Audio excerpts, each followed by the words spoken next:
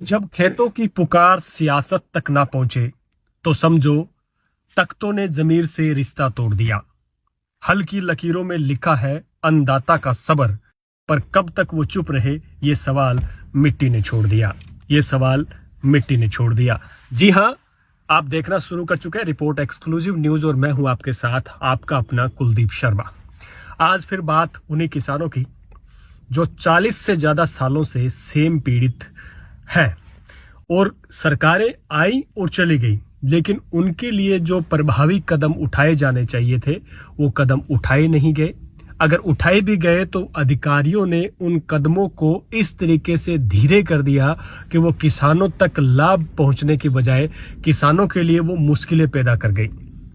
आज हालात ये है कि 80 से 90% जो किसान हैं भेरूसरी, मोदू नगर, 18 एसपीडी, जाखड़ा वाली, बड़ोपल और उसके आसपास के ना जाने कितने ऐसे गांव हैं जिनके मैं नाम नहीं ले पाया, वो भी गांव हैं जो आज सेम से पीड़ित हैं। जहां कभी फसलें लहलहाती थी वहां आज सिर्फ पानी खड़ा है। हम मौके पर पहुंचे, हमने आपको तस्वीरें भी दिखाई थी किस तरीके से किसान अपनी नरमे की फसल बो गए, उसके बाद उसमें फल भी लगा, कपास लगा भी, लेकिन बावजूद वो उसकी कटाई नहीं कर पाए और पानी अचानक जमीन से निकल आया।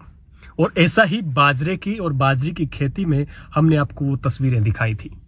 आज हालात ऐसे हैं कि वहां के किसान अब महापंचायत करने को मजबूर है। महापंचायत 1 तारीख यानी नए साल में जब पूरा देश नव वर्ष की खुशियां मनाएगा, उस समय किसान अपने हक और हकूक की लड़ाई के लिए महापंचायत कर रहे होंगे। ये 18 एसपीडी के पास भैरू बाबा मंदिर है। उस मंदिर के जो पहले भी 363 से ज्यादा दिन का धरना चला था, उसके बाद उनकी मांगे मानी गई थी और आज एक बार फिर से किसानों ने वही भैरू बाबा की शरण ली है और उसी शरण में जाने की बात कही है। वाकई काफी पीड़ादायक है।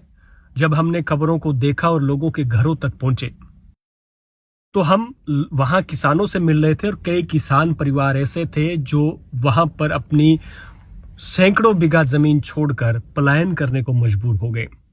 एक किसान ने तो यहां तक भी पीड़ा बता दी थी कि उनके बच्चे 50-50 साल के हो चुके हैं, लेकिन अभी तक रिश्ते नहीं हो रहे हैं।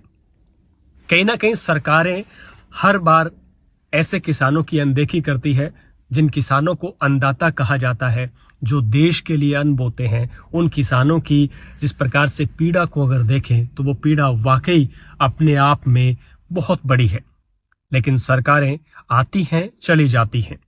अब फिलहाल हमारी खबरों के बाद जिस प्रकार से एक प्रयास किया गया और उसके बाद खबरें चली, खबरों के बाद हालांकि प्रशासन और सरकार ने थोड़ी सी अपने किसानों की तरफ हाथ बढ़ाए हैं। पीलीबंगा एसडीएम, रावतसर एसडीएम ने सेम ग्रस्त अपने अपने क्षेत्र में दौरा किया, किसानों से बातचीत की। यहां तक कि जिला कलेक्टर भी रविवार के दिन, जहां छुट्टी का दिन होता है, वहां अपने ऑफिस से निकलकर सेम पीड़ित किसानों के बीच पहुंचे और बताया जाता है कि करीबन 8 घंटे तक किसानों से मिलकर उन्होंने उनकी पीड़ा को समझने का प्रयास किया। लेकिन क्या ये प्रयास इतना ही काफी है? क्या इसके अलावा आगे भी कुछ किया जा सकता है? इसको लेकर जिला कलेक्टर हालांकि गंभीर नजर आ रहे हैं। अब सवाल इसी बात का है कि किसान महापंचायत को मजबूर है। कल एक संख्या या बड़ी संख्या में कह सकते हैं भी किसान भैरू बाबा मंदिर 18 एसपीडी में वहां इकट्ठे होंगे और उसके बाद जो है आगे की रणनीति तय करेंगे। लेकिन सवाल आज भी वही है कि सेम ग्रस्त इलाके को लेकर सरकार का प्लान क्या है? आखिर सरकार उसको लेकर क्या करेगी, क्या कर सकती है?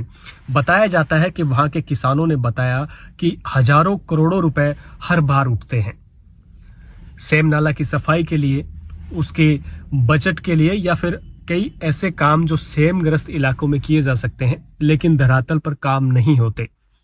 जैसा कि मैंने पहले भी कहा था, सरकारें जहां गंभीर होने का प्रयास करती है वहां प्रशासन या फिर वहां के नीचे के जो अधिकारी हैं उस प्रयास का दम तोड़ देते हैं या गला घोट देते हैं। अब जिस प्रकार से प्रशासन ने किसानों की तरफ कदम बढ़ाया है, इस कदम का कितना लाभ मिलेगा ये तो आने वाला वक्त बताएगा। लेकिन कल किसान एक बार एकजुट होकर सरकार और प्रशासन से सिर्फ और सिर्फ एक ही मांग रखेंगे कि उनकी प्रमुख जो मांगे हैं, उनके सेमग्रस्त इलाके को बचाने में सरकार हमारी मदद करे। वाकई देश का अन्नदाता, क्षेत्र का अन्नदाता अपनी जमीन के लिए लड़ रहा है, और वो भी जमीन पानी की, जहां पानी की आवश्यकता होती है वहां पानी नहीं है, और यहाँ जमीन खुद पानी निगल रही है, या यहाँ जमीन खुद पानी उगल रही है। वाकई काफी पीड़ादायक है। हम लोगों के बीच गए तो हमने उनकी बहुत सारी पीड़ाएं देखी। जैसा कि मैंने कहा भी, कई परिवार पलायन को मजबूर हुए। कई ऐसे परिवार मिले जिनके 58 से ज्यादा बीघा जमीन है और आज उनके पास कुछ नहीं बचा। वो सारी की सारी जमीन जो है सेम में आ चुकी है। कोई नरेगा में जाने को मजबूर है तो कोई मजदूरी कर रहा है। वाकई वो दर्द गंभीर थे और गंभीर है और गंभीर रहेंगे।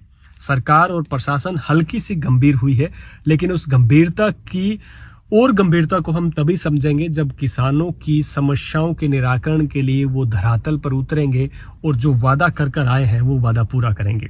हमारा तो इस वीडियो के माध्यम से जिला कलेक्टर और जिला प्रशासन और तमाम सरकार से, यानी राजस्थान की सरकार से यही गुजारिश है, इन किसानों की सुनी जाए और इन किसानों को अपनी जमीन में जिस तरीके से सेम उनके जमीन में आई है, उस सेम के निवारण के लिए धरातल पर बड़े दिल के साथ काम करना होगा। बड़ा दिल इसलिए क्योंकि छोटे दिल से बहुत काम हो चुका, अब बड़े दिल से काम करना होगा। तो कल महापंचायत में भी हम जाएंगे और वहां की महापंचायत आपको पूरी दिखाएंगे भी आखिर किसानों की क्या मांग है। हालांकि हम आप तक वो तमाम तस्वीरें लेकर आए थे, एक एक के घर भी गए थे। इसके अलावा किसानों की जहां जहां सेमग्रस्त क्षेत्र में जहां पीड़ित है, उन किसानों के घरों तक पहुंचे थे, उन किसानों के खेतों तक पहुंचे थे। यहाँ तक कि उस भैरू बाबा मंदिर के भी आपको दर्शन करवाए थे, जहां पर कभी आंदोलन की एक रूपरेखा गढ़ी गई थी और उस आंदोलन को सफल बनाया गया था। अब किसान फिर से उसी भैरू बाबा मंदिर पर इकट्ठे होंगे। देखने वाली बात यह रहेगी कि सरकार और प्रशासन कितना गंभीर है और इस मामले में कब तक आगे की कार्रवाई को अमल में लाता है। हालांकि मिलने गए, बातचीत भी की, छुट्टी के दिन भी गए, लेकिन इसका परिणाम क्या आएगा वो देखने वाली बात रहेगी। हनुमानगढ़ से मेरे सहयोगी गुरुदेव के साथ कुलदीप शर्मा।